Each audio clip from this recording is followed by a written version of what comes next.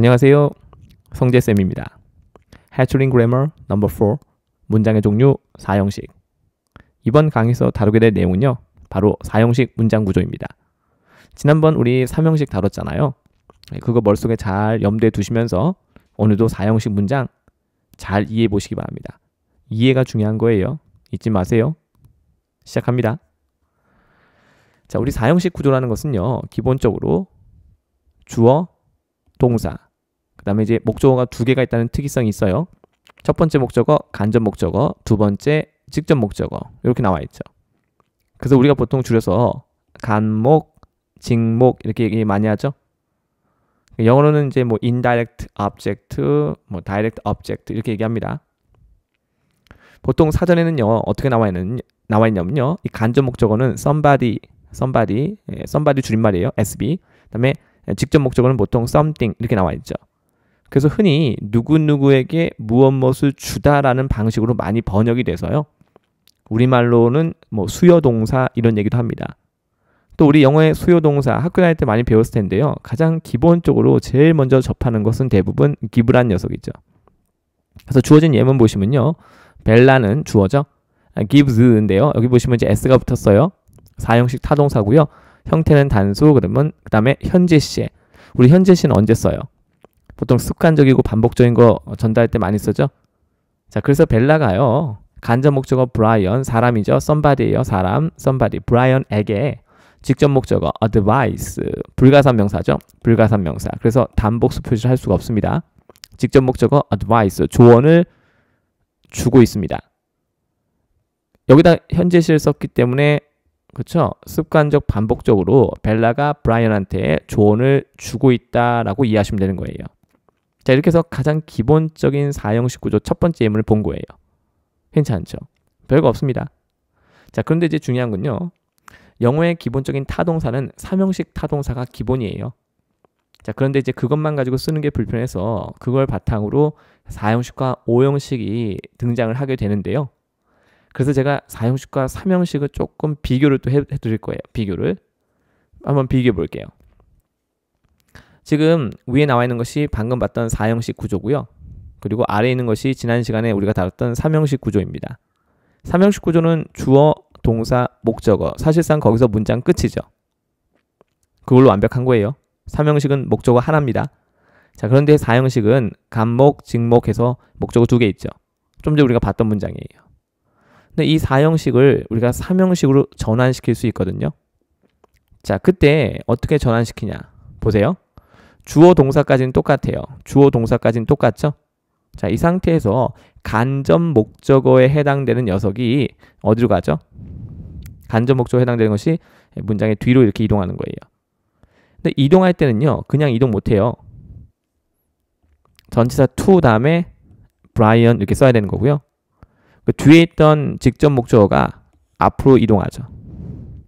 자, 이렇게 해서 우리말 해석은 사실 비교해 보시면 아시겠지만 똑같아요. 벨라는 조언을 제공합니다. 누구에게? 브라이언에게. 사실 한국어는 뭐 4형식 뭐 이런 거 3형식 이런 거 안 따지잖아요. 영어니까 이걸 따지는 거예요. 그럼 선생님, 아니 어차피 전달된 내용이 똑같다면 굳이 4형식, 3형식 구분하는 이유가 뭐죠? 이유가 있어요. 이유가. 자, 그 이유 중에서 제가 가장 기본적인 것을 좀 전에 좀 이따가 지금 바로 말씀드릴 거예요. 왜 그렇게 쓰는지. 지금 문장은 둘 다 좀 짧은 편이죠. 그런데 지금 이 주어진 문장에다가 내용을 추가하고 싶을 때가 있겠죠. 그럼 이제 어떤 식으로 내용을 추가할 수 있냐? 어떻게 내용을 추가하느냐에 따라서 4형식 구조를 써야 될 때도 있고요. 3형식 구조를 써야 될 때도 있어요. 그거 한번 제가 비교해 볼게요. 보시죠. 이렇게요. 지금 앞부분은 똑같아요. 우리 학생들 보시면 아시겠지만요. Bella gives Brian advice. 4형식 구조죠. 근데 이번엔 뒤에 수식어가 붙었죠. 자, 이때 which는요, 관계대명사. 다른 말로 뭐라고 하죠? 형용사, 절, 접속사라고 합니다. 왜냐면 이제 앞에 있는 명사 advice를 꾸미죠. 명사 꾸미는 게 뭐예요? 형용사. 그래서 뭐라고 한다고요? 형용사절, 접속사. 그러니까 사실상 관계절은요, 수식어예요. 문장의 필수 요소는 아니죠. 근데 이런 긴 수식어가 이렇게 뒤에서 앞에 있는 명사 꾸밀 수 있거든요. 참고로 which는 선행사가 advice와 같은 사물일 때, 사물을 수식할 때 쓰는 거예요. 그래서 조언은 조언인데 어떤 조언을 제공하고 있냐 봤더니요. 돕는데요. 브라이언을 받았죠. 이때 힘은 누구야? 브라이언. 브라이언이 훌륭한 결정을 내릴 수 있도록 도와주는 조언을 제공하고 있습니다. 그래서 이렇게 4형식 구조를 쓸 때는요. 문장 끝에 직접 목적어 있잖아요. 이걸 갖다가 보충할 수 있는 뭔가 수식어를 갖다 붙일 수 있죠. 그래서 이럴 때 우리가 4형식을 쓰는 거예요. 그럼 이번에는요. 3형식에선 누구를 갖다가 보충할 수 있죠? 브라이언이요. 그래서 벨라는 gives advice. 누구한테? 브라이언에게죠. 참고로 우리가 4형식 구조를 3형식으로 바꿀 때요. 이번에는 전치사 to를 썼지만 모든 경우에 있어서 전치사 to를 쓰는 건 아닙니다. 제가 좀 이따 보여드릴 테지만 for를 쓸 때도 있고요. 드물긴 하지만 of를 쓸 때도 있어요. 제가 그 예를 다 보여드릴 거예요. 일단 우리가 지금 처음 다루는 건 뭐죠?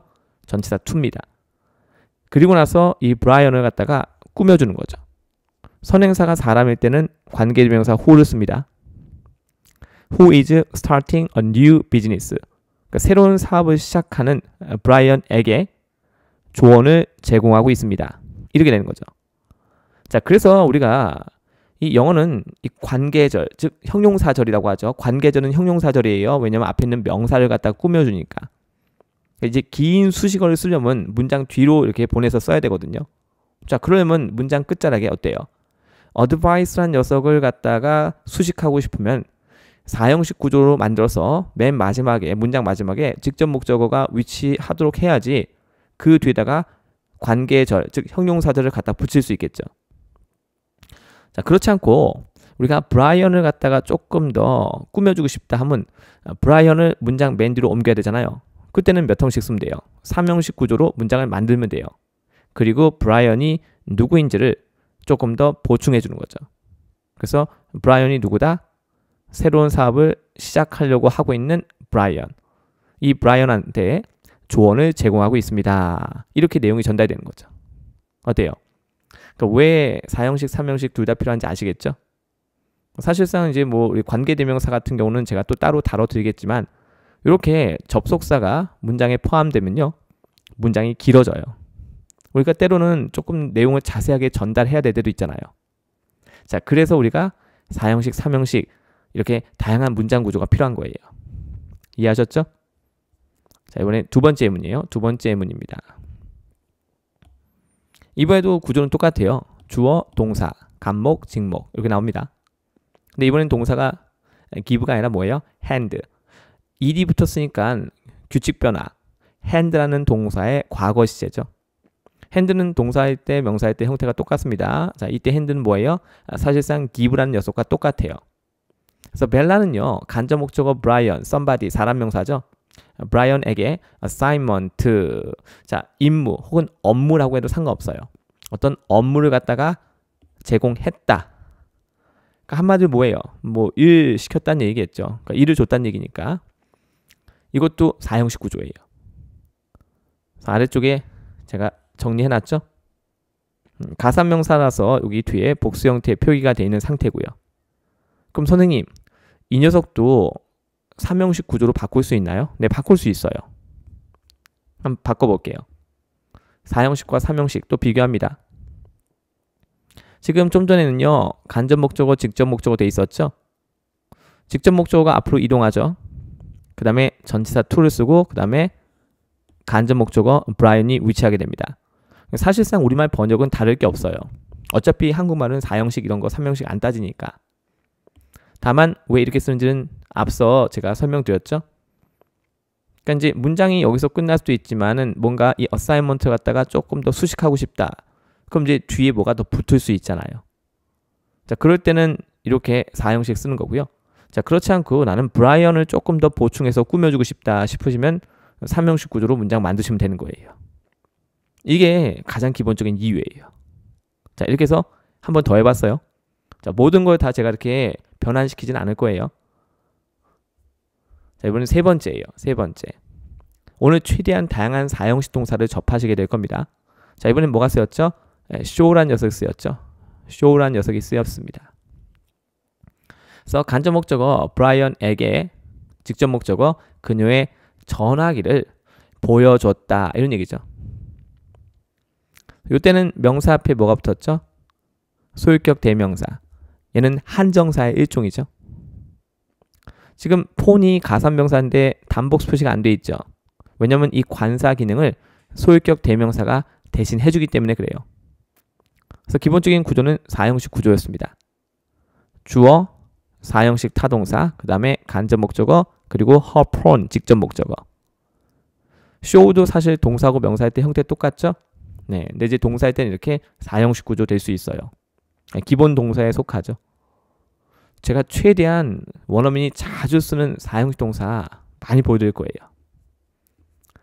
자, 이번엔 네 번째 예문이에요. 이번엔 뭐죠? bring의 과거네요. 이 녀석은 불규칙 변화하죠. 그래서 ed가 붙지 않고요. 이렇게 brought라고 합니다. 그래서 벨라는요. 간접 목적어 브라이언에게 직접 목적어 랩탑을 가져다 주었다. 이렇게 되는 거죠. 그래서 bring의 과거 형태 brought가 있었고요. 역시 bring도 4형식 동사가 될 수 있습니다. 요거는 이제 직접 목적어인데 가산명사라서 앞에 이번엔 뭐가 붙었죠? 한정사. 한정사는 종류가 많지만 그 중에 하나가 뭐예요? 바로 부정관사. 그러니까 정해진 대상을 뜻하는 것은 아니었죠. 그래서 부정관사 어가 쓰이고 있습니다. 자, 요것도 뭐예요? 4형식 구조. 최대한 다양하게 제가 보여드린다고 말씀드렸죠. 다섯 번째 예문입니다. 다섯 번째 예문. 자, 이번엔 serve인데요. 규칙 변화하고 있죠. 과거 시제 동사고요. ed가 붙었기 때문에 규칙 변화. 브라이언 간접 목적어, taste meal 직접 목적어. 한정사, 형용사, 명사 구조입니다. 한정사, 형용사, 명사. 그래서 벨라는 브라이언에게 맛있는 식사를 제공했다. 이렇게 되는 거죠. 간접 목적어, 직접 목적어. 지금 제가 보여드리는 녀석들은요. 4형식에서 3형식 구조로 바꿀 때 전치사 to를 쓰게 됩니다. 그러니까 이것도 바꾸면 어떻게 돼요? 벨라 served a tasty meal 하고 먼저 쓰겠죠? 그 다음에 to 다음에 뭘 써요? 브라이언 하고 오게 되는 거예요. 지금 보여드리는 예문들은요. 이 예문에서 쓰여진 이 동사들 있죠? 3형식 구조로 변환됐을 때 전치사 to를 씁니다. 자, 계속 갈게요. 여섯 번째 예문이에요. 자, 이번엔 rent입니다. 자, 이것도 불규칙 변화죠. 그래서 벨라는요. 간접 목적어 브라이언에게 직접 목적어 돈을 빌려줬다. 누구누구에게 무엇을 빌려주다. 이렇게 되는 거죠. 자, 그래서 이것도 4형식 구조입니다. 선생님, 그럼 이것도 3형식 구조 바꿀 때 벨라 lent money to 브라이언인가요? 네, 맞아요. money가 앞으로 오게 되면요. 브라이언이 뒤로 갈 때 뭘 쓰죠? 전치사 to를 쓰게 됩니다. 참고로 money는 대표적인 불가산 명사죠. 자, 그래서 무슨 표시할 수가 없죠? 단복수 표시를 할 수가 없어요. 자, 계속 가겠습니다. 일곱 번째 예문입니다. award. ed가 붙었으니까 뭐예요? 규칙 변화. 선생님, award 명사 되지 않나요? 네, award도 명사 되죠. 네, award도요. 누구누구에게 무엇을 주다라는 개념을 갖고 있어요. 그럼 잘 보세요. 주어인 벨라는요. 간접 목적어 브라이언에게 계약을 수여했다. 즉, 계약을 맺었다는 얘기겠죠. 그래서 이때 브라이언이 간접 목적어, contract가 직접 목적어. 명사 앞에 부정관사 어가 붙었죠. 한정사 플러스 명사. contract가 가산명사이기 때문에 앞에 관사가 붙은 거예요. 자, 이렇게 해서 award도 한번 봤어요. 요새는요, 여러분들 요게 또 시험에 그렇게 자주 등장하고 있습니다. 그러니까 출제자 입장에서는 겉모습은 똑같은데 기능이 다양한 이런 어휘들이 되게 좋은 아이템이죠. 왜냐면 단순 암기가 아니라 사고력과 판단력을 측정하는 문제를 만들 때 쓸 수 있으니까. 겉모습이 똑같은데 기능이 다양하다. 판단력이 필요하겠죠. 그래서 award도 뭐다? 바로 4형식 타동사다. 선생님, 이것도 그러면 3형식 변환시킬 때 to를 쓰나요? 네, 맞습니다. to를 씁니다. 여덟 번째 예문입니다. promise 어때요? 자, 이것도 사형식 동사 될 수 있어요. 그래서 주어인 벨라가요, 간접 목적어인 브라이언한테 직접 목적어 보너스를 어떻게 했다? 약속해 줬다. 즉 뭐 보너스 주겠다고 한 거죠. 그래서 간목, 직목 이렇게 나와 있는 거예요. 이것도 삼형식 변환되면요, to를 씁니다. 지금까지 보는 것들은 전부 다 삼형식 변환될 때 전치사 to를 쓰는 것들이에요. 그래서 역시 보너스도 가산명사였기 때문에 앞에 부정관사, 한정사 붙이고 다음에 명사 이렇게 썼습니다. promise. 아마 이거 처음 보는 분도 있을 거예요. 선생님, promise가 사형식이 돼요? 네, 됩니다. 자, 우리 학생들 제가 작은 바람이 있다면 요거 제 강의 듣고 나서 아니면 중간이라도 잠깐 멈추고 영영사전에서 promise란 단어 찾아서 실제로 사형식인지 아닌지 한번 확인을 해보셨으면 좋겠어요. 물론 제가 잘 준비해서 강의하고 있지만 여러분들이 그렇다고 무비판적으로 맹목적으로 제 강의를 100% 그냥 딱 듣고 넘어가는 건 원하지 않아요. 저를 신뢰하는 건 좋은데요, 우리가 그래도 확인하는 과정은 필요합니다. 자, 그렇게 해서 우리 학생들이 사전을 찾아봤을 때 직접 눈으로 확인하면 그만큼 더 확신이 생기겠죠. 그렇게 해야지 여러분들이 빨리 제대로 된 영어를 배울 수 있어요. 저는 그랬으면 좋겠습니다. 이번엔 9번째 예문이에요. 9번째 예문입니다. 그랜트란 녀석, 역시 요새 시험에 참 잘 등장하고 있습니다. 그랜트 역시 명사 동사 다 똑같거든요, 형태가. 그래서 더더구나 이 출제자 입장에서는 되게 좋은 아이템이에요. 참고로 그랜트는 명사일 때 정부나 기관이 주는 보조금을 말하죠. 돈이요, 돈. 자, 근데 동사일 때는 사형식 동사. 그래서 벨라는요, 간접 목적어 브라이언에게 직접 목적어 인센티브를 갖다가 수요했다. 그러니까 이제 기본적으로 주다라는 개념을 갖고 있어요. 실제로 영영사전 찾으면요, 이 그랜트를 찾잖아요. 이걸 정의할 때 쓴 단어가 give예요, give. 주다. 그러니까 이제 give라는 동사가 사형식 동사의 가장 기본 형태죠. 그래서 incentive도 가산명사라서 앞에 한정사, 즉 부정관사 on이 붙었죠. 여기가 이제 I로 시작하니까 어를 쓰지 않고 뭘 썼죠? 네, on을 쓴 거예요. 그래서 브라이언에게 인센티브를 갖다가 제공했다, 이렇게 되는 거죠. 자, 이것도 삼형식이 되면요, to를 씁니다. 전치사 to 다음에 뭘 쓰죠? 브라이언을 쓰게 되죠. 이렇게요. 그래서 그랜트란 녀석 굉장히 중요합니다. 10번째 예문인데요, 이번엔 allow가 쓰였습니다. 오, 선생님, allow도 사형식이 돼요? 네, allow는요 3, 4, 5형식 동사 다 돼요. 그래서 더더구나 모든 시험의 출제자가 다 좋아합니다. 그래서 브라이언 역시 간접 목적어 somebody, 사람이죠. 그 다음에 a chance, 직접 목적어 something이에요. 결국 벨라가 브라이언에게 기회를 허락해줬다, 줬단 얘기예요. 그래서 이것도 역시 사형식. ed가 붙었으니까 규칙 변화죠. 그래서 chance는 뭐예요? 기회. 그래서 이때는 가산명사. 그래서 부정관사. 부정관사는 한정사의 일종이죠. 그 다음에 명사 chance 이렇게 쓴 거예요. 영어의 가산명사는 문장 속에 들어가면 반드시 단복수 표시해야 됩니다. 가장 기본이에요. 그래서 제가 지금 계속 반복해서 말씀드리고 있는 거예요. 자, 이번에는 promise예요. 좀 전에 우리가 봤던 allow하고 permit은 둘 다 뭐예요? 사실상 동의어죠? 네, 동의어입니다. 똑같아요. allow 대신에 뭘 썼죠? promise를 썼죠. 근데 이제 이 promise이 약간 더 격식 차린 표현이에요. 그리고 제가 뭐 참고로 말씀드리면 좀 전에 봤던 allow하고 이 promise는요, 사형식 구조로 이렇게 쓰긴 쓰는데요, 이걸 삼형식 구조로 변환해서는 잘 쓰지 않습니다. 그러니까 이론적으로 불가능한 건 아닌데요, 원어민들이 그렇게는 잘 쓰지 않아요. 그래서 참고하시라고 제가 말씀드린 거예요. 문법적으로 불가능한 건 아닙니다. 벨라는요 허락해줬는데요, 뭘요? 간접 목적어 브라이언에게 아파서 쉬는 휴가죠. 병가라고 하죠. 병가를 허락해줬습니다. 그럼 이제 아무래도 벨라가 뭐 직장 상사쯤 되나 보죠. 참고로 이 리브는요 동사하고 명사할 때 형태 똑같은데요, 명사할 때 특히 휴가일 때요 불가산 명사입니다. 그래서 여기 앞에 관사도 없고요, 복수 형태도 안 되는 거예요. 그리고 leave, 휴가의 종류는 많은데 요거는 아파서 쉬는 휴가죠. 그래서 우리가 뭐라고 하죠?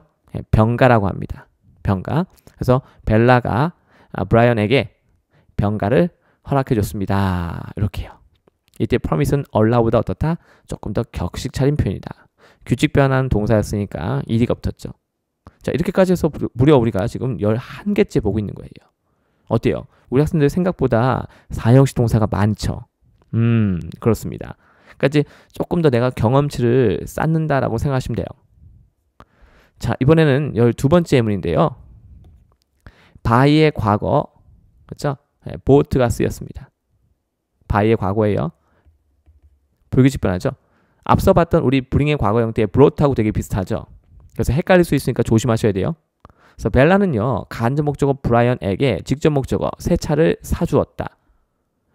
한정사, 형용사, 명사 구조였죠. 그래서 벨라가 간접 목적어 브라이언에게 직접 목적어 새로운 차를 사주었다. 그래서 불규칙 변화하는 과거 형태의 바이의 과거 보트가 쓰였습니다. 괜찮죠? 자, 이것도 우리가 4형식 구조예요. 근데 이 녀석은요, 제가 3형식 구조로 변환시킬 건데 이번에는 2가 쓰이지 않고요, 4가 쓰이게 됩니다. 한번 해볼게요. 자, 분명히 지금 우리가 봤던 12번째 예문에서 바이의 과거 보트인데요, 똑같은 예문이죠. 자, 이걸 우리가 3형식 구조로 바꾸면요, 뒤에 있던 직접 목적어가요, 앞으로 이렇게 이동하고요, 그 다음에 간접 목적어 브라이언이요, 전치사 for 다음에 위치하게 됩니다. 이제 4를 쓰는 거예요. 그러니까 사실 이걸 우리가 기억을 하셔야 돼요. 딱히 어떤 대단한 법칙이 있는 건 아니에요. 그래서 벨라가 브라이언에게 새로운 차를 사주었다. 이렇게요. 이때 뭘 쓴다고요? 전치사 for를 씁니다. 그러니까 사실 모든 것들이 어떤 특정한 규칙에 딱 들어맞게 다 그렇게 변환되면 좋겠지만 이게 늘 그렇지가 않다는 것이 영어가 우리에게 주는 어려움이기도 하죠. 자, 그런데 우리 학생들 이렇게 자꾸 보다 보면요, 기억에 남습니다.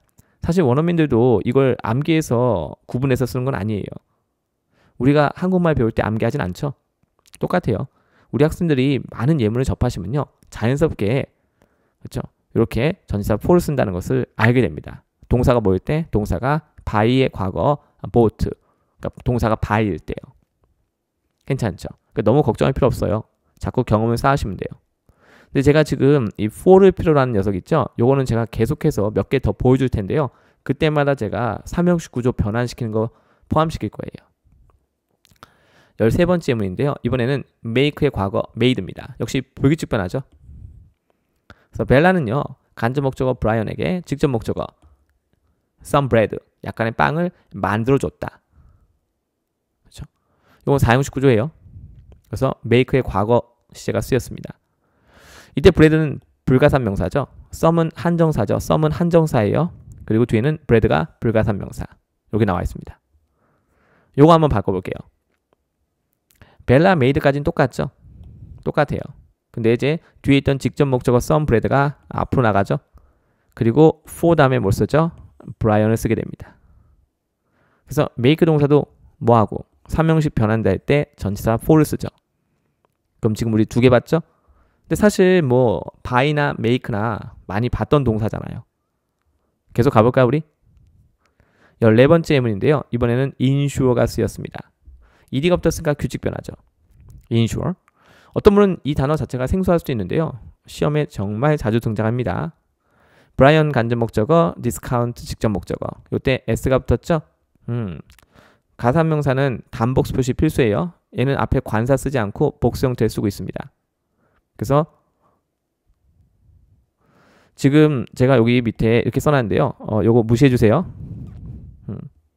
명사입니다. 무시해주세요. 이렇게요. 자, 그래서 벨라는요, 간접 목적 브라이언한테 할인을 보장해 주었다. 이런 뜻이라고 이해하시면 돼요. 그래서 누구누구에게 무엇을 보장해 주다. 그래서 벨라는 브라이언에게 할인을 보장해 주었다. 한마디로 뭐예요? 할인을 제공해 줬다. 뭐 이렇게 이해하셔도 괜찮은 거예요. 그러니까 한국말 해석은 약간 뭐랄까 조금 융통성을 가지시는 게 좋아요. 제가 지금 한국말로 번역을 다 해드리고는 있지만 영어하고 한국말이 완벽하게 1대1 대응 관계를 이루고 있지는 않거든요. 자, 그래서 약간의 이제 사람마다 이 번역상의 어떤 좀 차이는 발생할 수 있습니다. 그래서 기본적으로 우리가 지금 다룬 것은 4형식 구조니까 벨라인 주어가 간접 목적어 브라이언에게 디스카운트 할인을 갖다가 보장해줬다. 한마디로 뭐예요? 제공해줬다는 얘기겠죠. 자, 요것도 제가 한번 바꿔봤어요. 벨라 인슈어드까지는 똑같죠. 벨라 인슈어드까지는 똑같아요. 근데 직접 목적어가 앞으로 가죠. 전치사 for가 있은 다음에 뭘 썼어요? 브라이언 이렇게 썼습니다. 괜찮죠? 이들은 뭘 썼죠? for를 썼습니다. 이건 제가 정하는 게 아니에요. 사전 찾아보시면 거기 정확히 써 있어요. 제가 정하는 거 아닙니다. 영어 어법이죠. 그래서 이제 요거는 좀 기억을 해주셔야 돼요. 앞에서 봤던 뭐 by나 make 동사는 되게 친숙한데 인슈어는 상대적으로 좀 덜 친숙하시죠? 그래서 더 자주 보는 게 좋아요. 지금 당장 나한테 좀 덜 익숙한 건요. 더 가까이 두고 더 자주 보세요. 그러면 쉬워집니다. 자, 계속 가볼게요. 15번째 질문에서는요. build의 과거 built가 쓰였네요. 이것도 불규칙 변화죠. build의 과거 형태, 그쵸? built입니다. 과거 시제 불규칙 변화. 간접 목적어 브라이언에게 집 한 채를 지어줬어요. 사실 뭐 집도 만드는 거죠. 그러니까 사실상 make 동사랑 똑같다고 보시면 돼요. make 동사랑 똑같은 거예요. 그래서 벨라는 브라이언에게 집 한 채를 지어줬습니다. 이렇게요. 사형식 구조입니다. 하우스는 가사명사니까 앞에 관사 붙은 거 보이시죠? 자, 이것도 제가 바꿔봤어요. 그래서 직접 목적어 하우스가 앞으로 가죠. 이건 어디까지나 삼형식 구조입니다. 그 다음에 간접 목적어 브라이언은요. 앞에 for를 쓴 다음에 브라이언 이렇게 써있죠. 선생님, 이것도 사전 찾으면 나와 있나요? 네, 그럼요. 제가 정하는 규칙이 아니에요. 전 세계 영어 사용자 모두의 공통의 약속인 거죠. 계속 갈까요? 요거는 그래도 좀 익숙하시죠? build라는 단어 자체가 익숙한 동사니까. 자, 이번에는 16번째 쿡이 쓰였네요. ed가 붙었으니까 규칙 변화죠. 그래서 벨라는 브라이언한테 디너를, 그쵸? 요리해 줬다. 이렇게요. 그래서 브라이언 간접 목적어, 디너 직접 목적어. 여기 단복수 표시가 안 돼 있는 거 보니까는 불가산 개념이라고 이해하시면 되겠죠? 자, 이것도 그래서 사형식 구조예요. 그럼 선생님, 이 쿡이란 녀석도요. 변환시키면 for랑 결합하나요? 네. 그러니까 지금 보시면 어떤 완벽한 규칙은 아니지만 뭔가 이렇게 누군가를 위해서 이렇게 만들어주는 거 있죠? 이럴 때 우리가 이 전치사 for를 많이 쓰는 것 같아요. 그렇죠? 그래서 벨라 쿡도까지는 똑같아요. 직접 목적어가 앞으로 가는 순간 브라이언은 어떻게 된다? 플러스 브라이언 이렇게 되는 거죠. 그래서 요거는 삼형식, 저 위에는 사형식. 이제 어느 정도 되게 많이 익숙해지셨죠. 그리고 지금 보는 이런 사형식 동사들이요. 우리 학생들 지금 생전 처음 보는 그런 동사들 아니잖아요. 그래서 사형식이 삼형식으로 이렇게 변환될 수 있다는 거. 벌써 어때요? 예문 좀 많이 보니까 친숙한 느낌 들잖아요. 다만 동사 따라서 이제 변환시킬 때 to를 쓰는 것도 있고 여기 for를 쓰는 것도 있다는 거죠. 그러니까 사실상 to를 쓰는 게 가장 많고요. 그 다음에 for, of 같은 경우는 제가 이따 딱 한 개 보여드릴 거예요. 드디어 나왔습니다. 이 녀석이 제가 미리 말씀드리면요. 삼형식 구조가 될 때 of를 쓴 녀석이에요. 그 녀석이 바로 뭐죠? ask입니다. 그래서 벨라는요. 자, 브라이언에게 favor 하면요. 이게 요청이죠. 요청. 부탁 같은 거. 그렇죠? 그래서 이때 ask는요. 우리가 뭔가를 물어보다라는 개념이 아니에요. 그래서 벨라가 브라이언한테 우리말로 번역하면 뭐예요? 청을 했다. 뭐 우리말로 번역하면 조금 뭐 아까 우리가 봤던 뭐 누구누구에게 무엇을 주다 이런 식으로는 잘 안 되죠. 그래서 분명한 것은 구조 자체는요. somebody, something이거든요. 우리말로 자연스럽게 번역하면 그냥 벨라가 브라이언한테 요청을 했다. 이런 얘기예요. 그래서 이것도 분명히 사형식 타동사가 쓰인 문장입니다. 브라이언 간접 목적어, favor 직접 목적어. 가사명사니까 한정사, 부정관사 어를 붙이고 명사 썼죠. 이것도 분명히 뭐다? 사형식 구조입니다. 근데 이 녀석은요. 삼형식 변환될 때요. of를 써요. 간접 목적어 잘했던 녀석이 뒤로 갈 때요. 뭘 쓴다고요? of 다음에 브라이언. 그리고 직접 목적어 of favor는 앞으로 가는 거죠. 그래서 벨라가 청을 한 거죠. 누구한테요? 브라이언한테요. 그렇게 이해하시면 돼요. 그러니까 아까 잠깐 말씀드렸지만 영어의 모든 문장이 한국말로 1대1 대응되면서 예쁘게 다 이렇게 번역되는 게 아니거든요. 그래서 사실상 제가 원하는 건 우리 학생들이 영어 문장 그 자체를 보고 영어 문장 그 자체에 익숙해지는 거. 저는 이걸 가장 원해요. 영어를 한국말로 막 바꾸는 건 그 과정 자체가 사실 어떻게 보면 불필요한 과정이거든요. 우리가 영어를 한국말로 바꾸는 것을 목적으로 영어를 배우지는 않잖아요. 영어 그 자체를 익숙하게 만들어서 영어로 자연스럽게 의사소통하는 게 우리의 가장 기본적인 목표죠. 그래서 우리 학생들이 영어 표현 그 자체에 익숙해지는 방식으로 학습 방향을 잡아가는 것이 훨씬 좋아요. 자, 18번째 예문인데요. 지금 갑자기 문장이 뭔가 길어진 느낌이 좀 드시죠? 자, 여기서부터 조금 더 집중을 하셔야 돼요. 보세요. 지금 이 문장은요. 주어, 동사 이렇게 나왔죠? 근데 동사가 뭐예요? 지금 보이는 동사 advise라고 나오죠? 여러분들은 이 advise 친숙한 동사인데요. 이것이 사형식 구조 쓰이는 것은 그렇게 자주는 못 봤을 거예요. 하지만 실제로 원어민은 많이 씁니다. 이때 advise는요. 뭐 조언하다라는 개념보다는요. 사실상 inform이라는 개념하고 똑같은 녀석이죠. 참고로 inform의 경우도요. 지금 보는 이 구조, 사형식 구조 될 수 있어요. 그래서 벨라가요.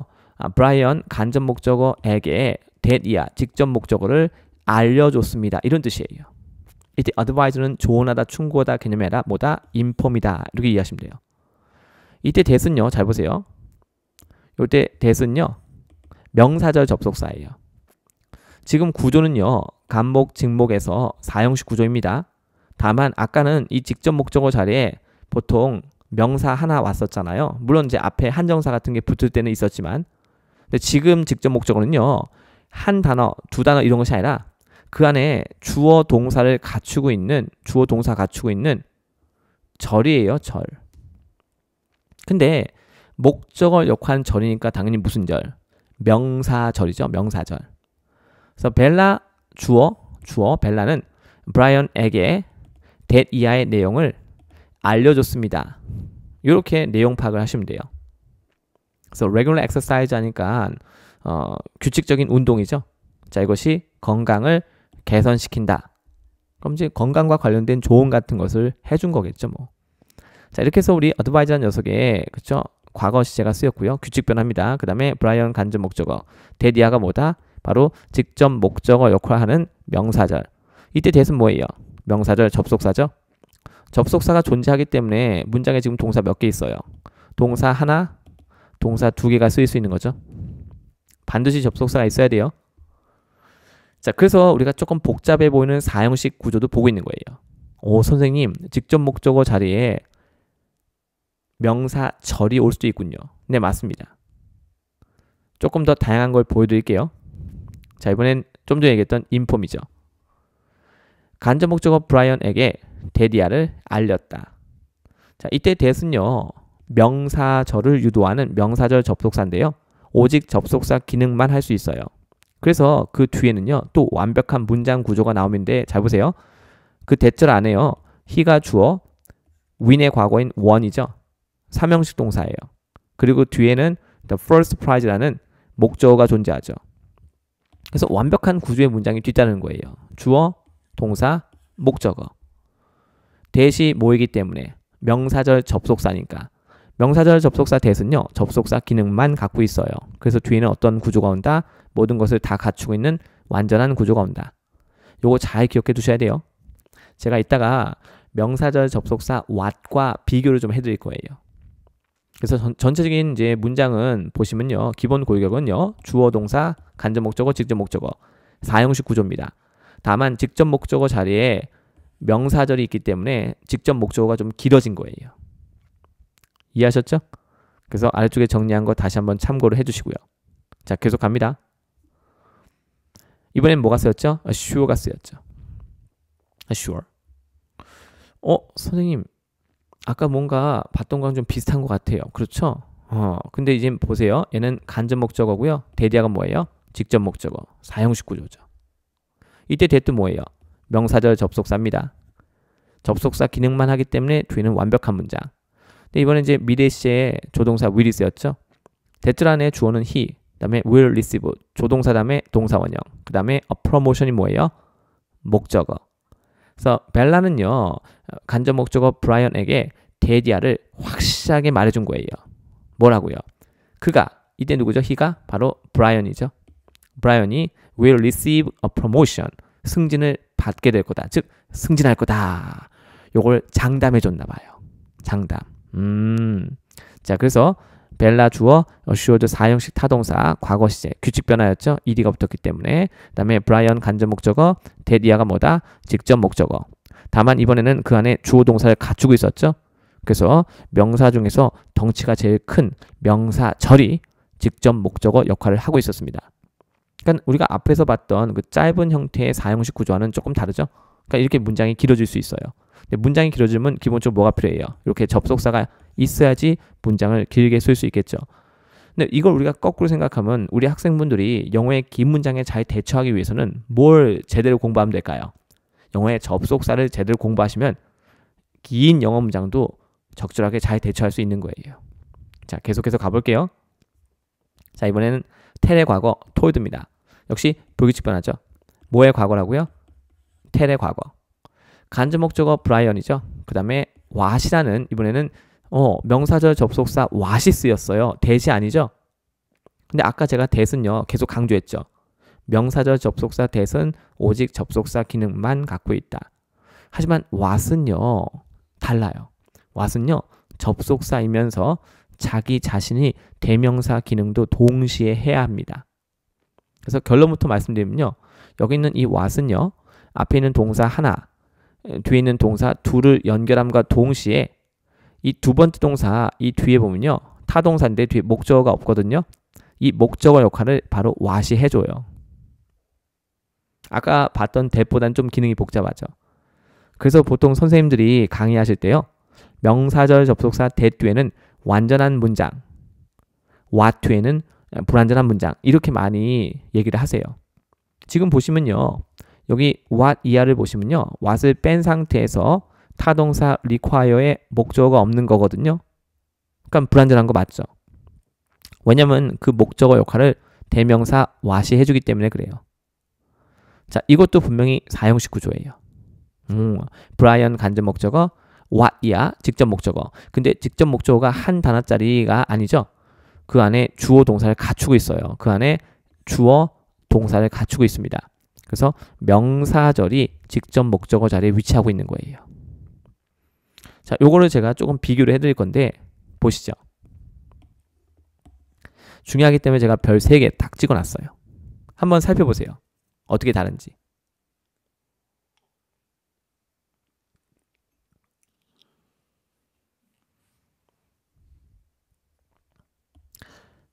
같이 볼게요. 자, 벨라는요. 브라이언에게 말했죠.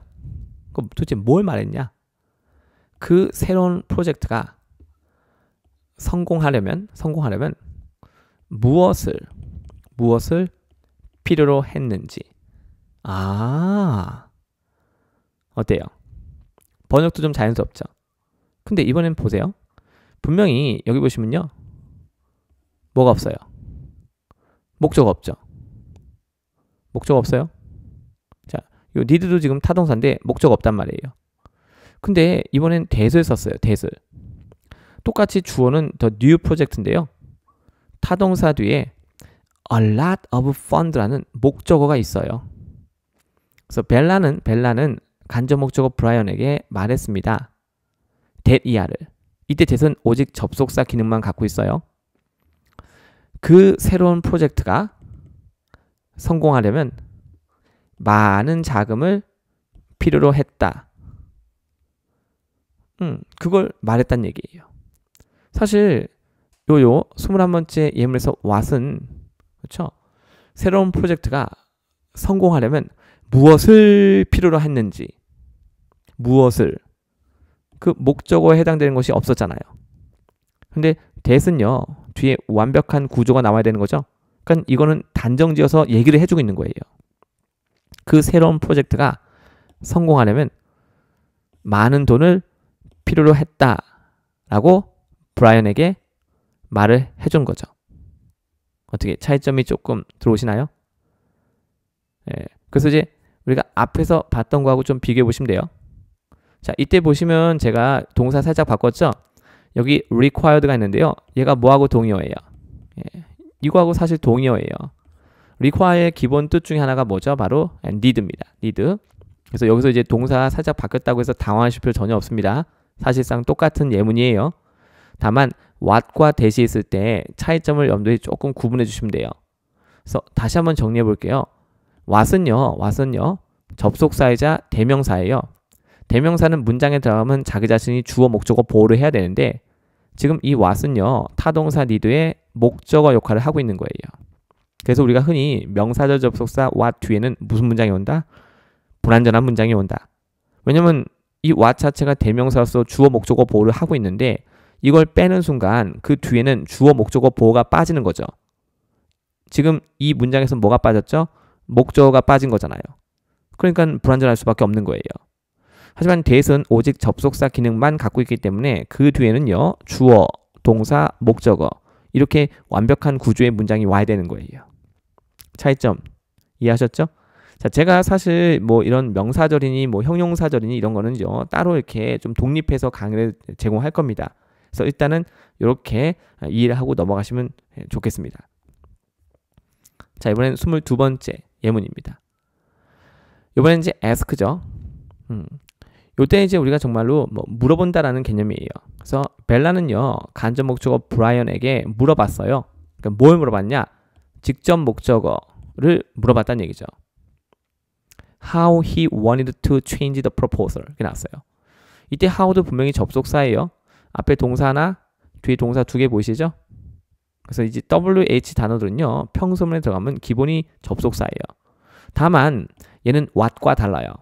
what은 접속사이자 대명사였는데 이 how는요 접속사이자 부사입니다. 부사는 문장에서 주어 목적어 보호 같은 필수 요소가 될 수 없죠. 그래서 그 뒤에는요 완벽한 문장 구조가 나와요. 주어, 동사, want는 to 부정사를 목적으로 왔죠. to change가 바로 want의 목적어. 다시 이 to 부정사 change의 목적어는 the proposal, 완벽한 문장. 왜냐면 how는 접속사이자 부사이니까. 그래서 벨라는 브라이언에게 물어봤어요. 자, 그가 그 제안서를 어떻게 바꾸기를 원하는지. 그래서 지금 직접 목적어 자리에 뭐가 왔다? 길이가 긴 명사절이 위치하고 있는 거예요. 자, 이때 명사절 유도하는 명사절 접속사는 바로 how였습니다.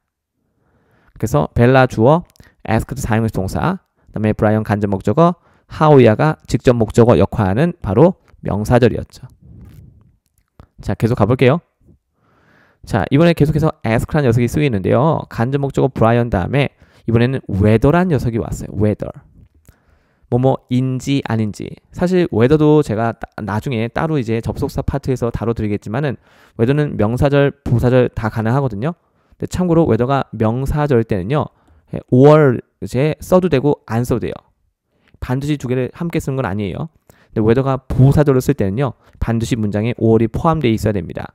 근데 지금 보시면요, 이 whether 이하에 or이 없죠? 그럼 여기서 이제 whether는 당연히 뭘로 보시면 돼요? 명사절. 그래서 벨라가 주어, asked가 사용식 동사, 브라이언 간접 목적어, whether 이하가 직접 목적어. 자, 이때 whether도요 명사절 접속사인데요. 오직 접속사 기능만 갖고 있어요. 그래서 그 뒤에는 완벽한 문장이 와야 되는데요. he가 주어, 자, with의 과거 조동사 would가 쓰였고요. 그 다음에 동사 원형, 삼형식 동사, 그 다음에 the meeting이 뭐예요? 목적어. 그래서 벨라는 브라이언에게 whether 이하인지 아닌지 물어봤다. 이렇게 되는 거예요. 브라이언이죠. 이때 he는요. 자, 그래서 그가 회의를 참석할 건지 안 할 건지를 브라이언에게 물어봤다. 이렇게 번역하시면 돼요. 그래서 whether 이하가 무슨 역할? 직접 목적어 역할을 하는 무슨 절? 명사절. 명사절은요, 덩치가 큰 명사다. 이렇게 생각하시면 돼요. 명사는 기본적으로 전체 문장에서 주어 목적어 보호죠. 근데 여기서는 무슨 역할? whether 이하가 직접 목적어 역할을 하고 있는 명사절이다. 이렇게 이해하시면 돼요. 자, 계속 갑니다. 자, 이번엔 뭐냐면요, if가 쓰였어요. 자, if도 사실 명사절, 부사절 다 되죠? 근데 여기서는 뭐를 썼다? 명사절. 좀 전에 우리가 whether를 썼는데 이번엔 뭘 썼어요? if를 썼죠? 사실상 두 개 서로 이 경우에는 바꿔 쓸 수 있는 거예요. 그래서 벨라 주어, asked 사용식 동사, 그다음에 브라이언 간접 목적어, if 이하가 뭐다? 직접 목적어 역할하는 명사절입니다. 이때 if도 접속사 기능만 하기 때문에 뒤에는 완벽하게 모든 걸 다 갖춘 문장이 나와야 되는 거예요. 해석은 좀 전에 우리가 whether가 있을 때 문장하고 똑같습니다. 그래서 이때 whether하고 if는 서로 어떻다? 바꿔 쓸 수 있다. 근데 요거는 제가 조금 비교를 해드릴게요. 이 if라는 녀석은 워낙에 우리가 만약 뭐뭐 하면 뭐 이런 걸로 많이 알려져 있잖아요. 그래서 이제 부사절 if하고 제가 조금 이렇게 비교를 좀 해드릴 거예요. 여기 보세요. 지금 여기 나와 있는 24번째 예문은 좀 전에 우리가 봤던 거죠. 좀 전에 우리가 봤던 거예요. 근데 아래쪽에 이제 비교하는 거 이거 한번 보세요. If Bella asked Brian, 그렇죠? 이때 ask somebody 투부정사죠. 이때 ask는 오형식 구조예요. 만약에 벨라가 브라이언에게 회의를 참석해 달라고 요청한다면 브라이언 그는 기꺼이 그렇게 할 텐데, 우리가 willing to do something 하면요 기꺼이 뭔가를 하다라는 개념이죠. 그럼 지금 이걸 뭐 우리가 나중에 우리 학생들 또 제가 가정법을 좀 다뤄드릴 건데요. 가정법이에요. 그러니까 굉장히 이제 희박한 가능성을 얘기하는 거예요. 그러니까 실제로는 벨라가 브라이언한테 그 회의를 참석해 달라고 요청을 한 경우는 사실상 되게 굉장히 희박하다 이렇게 이해하시면 돼요. 뭐 둘의 관계가 어떤 관계인지는 모르겠지만 뭐 그렇게 친한 관계는 아닐 수도 있겠네요. 그래서 만약에 벨라가 브라이언에게 회의를 참석해 달라고 요청한다면 브라이언은 기꺼이 그렇게 할 텐데, 에이 설마 벨라가 브라이언한테 회의 참석해 달라고 뭐 요청하겠어? 약간 이런 뉘앙스가 깔려 있는 거예요. 이해하셨죠? 그러니까 가능성이 되게 희박한 거예요. 에이 설마 그러겠어? 근데 아마 벨라가 요청하면 브라이언은 올 거야 기꺼이, 이런 거죠. 하지만 에이 그럴 리가 있겠어? 이렇게요. 그래서 지금 앞에서 봤던 이 if는요 무슨 역할이에요?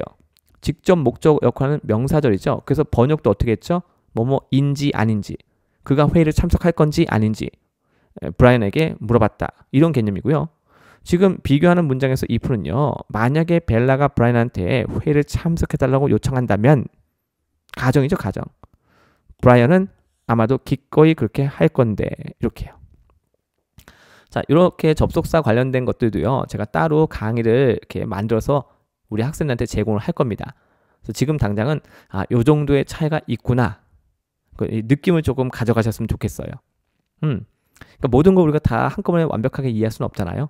그러니까 차근차근 이렇게 해가는 거예요. 그러니까 지금 당장 강의 듣고 내가 한 80% 이해를 했다면 뭐 다음에 한 번 더 듣고 복습하면 90%, 그 다음에 또 한 번 더 들으면 100%까지 갈 수 있겠죠. 그러니까 복습이 되게 중요한 거예요. 아시겠죠? 자, 이렇게 해서 우리가 24번째 예문과 또 다른 문장 한번 비교를 해봤어요. 자, 오늘 우리가 지금 4형식 동사 되게 많이 다뤘죠. 이제 구조도 복잡한 거 정말 많았잖아요. 그러니까 이제 우리 학생들 이런 것들을 이제 계속해서 내가 이렇게 친숙하게 만들려면요, 이 복습이 중요하고, 아까 제가 중간에 말씀드렸지만 사전에서 우리가 조금 이렇게 찾아가지고 추가로 예문을 많이 보는 거 있죠. 그거 되게 중요해요. 그 동시에 우리 학생들이 그 사전에 나와 있는 걸 보면요, 제 강의에서 더 확신할 수 있겠죠. 저도 이거 강의 준비할 때 사전을 항상 참고합니다. 그러니까 혹시라도 우리 학생들한테 제가 잘못된 정보 줄까봐 저는 그게 너무 두렵거든요. 그래서 이제 우리 학생들이 익숙해지는 과정을 조금만 겪으시면요, 우리 학생들이 저보다 더 잘할 수 있습니다. 저는 분명히 그렇게 믿고 있고 그걸 알고 있어요. 그래서 우리 학생들 왜 우리가 이렇게까지 열심히 하는지 알고 있죠? 말 그대로 우리 어떻게 해요? 우리 행복하게 살아야죠. 하고 싶은 일 다 하고 사셔야 돼요. 그게 좋은 거예요. 자, 그걸 위해서 우리가 이렇게 열심히 영어를 정복하려고 하는 겁니다. 다들 행복하셨으면 좋겠고요. 여기까지 성재쌤이었습니다. 감사합니다.